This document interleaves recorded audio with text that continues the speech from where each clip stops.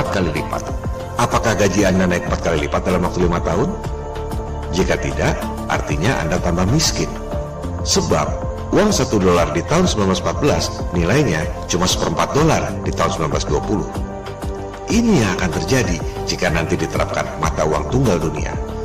Tiap dolar yang dicetak adalah utang, dan Anda harus membayar bunganya lewat pajak. Silakan Anda bekerja banting tulang, bayar bunga utang lewat pajak, perbudakan global. Untuk memastikan itu semua, akan ditanamkan chip di tubuh Anda.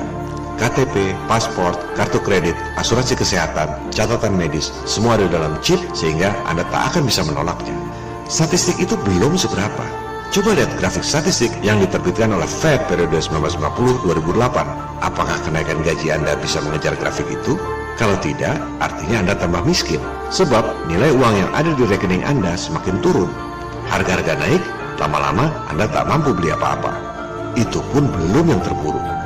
Coba lihat keterangan Fed bulan Juni 2016 ini. Dikatakan jumlah uang dalam peredaran 1,4 triliun dolar. Fed tak pernah membuat grafik seperti ini lagi sejak krisis 2008 kemarin. Takut orang pada sadar. Coba kita tambahkan angka 1,4 triliun dolar pada grafik ini. Luar biasa. Apakah kenaikan gaji Anda dapat mengejarnya? Jika tidak, artinya Anda tambah miskin. Mungkin ada yang mengatakan, itu kan di Amerika, rupiah kita tidak segitu. Oke, kita lihat. Saya membuat komparasi ini tahun 2008 ketika terjadi krisis. Saya tidak mengkaji tiap tahun karena saya pikir tak ada gunanya. Kita gunakan saja grafik ini sebagai perbandingan. Data diambil dari laporan BI, laporan tahunan Fed, dan laporan tahunan European Central Bank. 2005-2006, cetakan duit dolar nambah 3,5%. Cetakan duit euro nambah 7,7%. Cetakan duit rupiah nambah 23,9%, dan seterusnya. Mana yang lebih parah? Sekali lagi, jangan salahkan pemerintah, jangan salahkan pejabat bank, jangan salahkan ekonom. Semua hanya ikut sistem. Mau namanya Orde Baru atau reformasi, jika masih ikut sistem elit global, ya sama saja. Inti daripada imperialisme ialah membuat bangsa-bangsa tidak berdiri di atas kaki sendiri. Prinsip inti daripada imperialisme ialah membuat bangsa-bangsa memerlukan bantuan daripada pihak imperialis.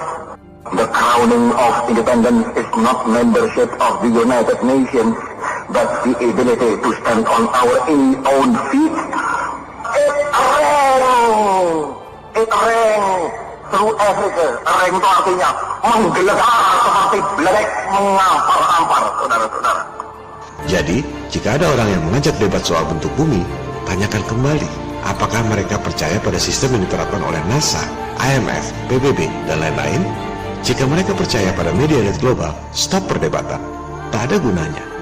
Orang-orang seperti itu tak akan bikin perubahan. Perubahan bukan datang dari mayoritas yang followers, melainkan dari kelompok kecil yang punya kemauan.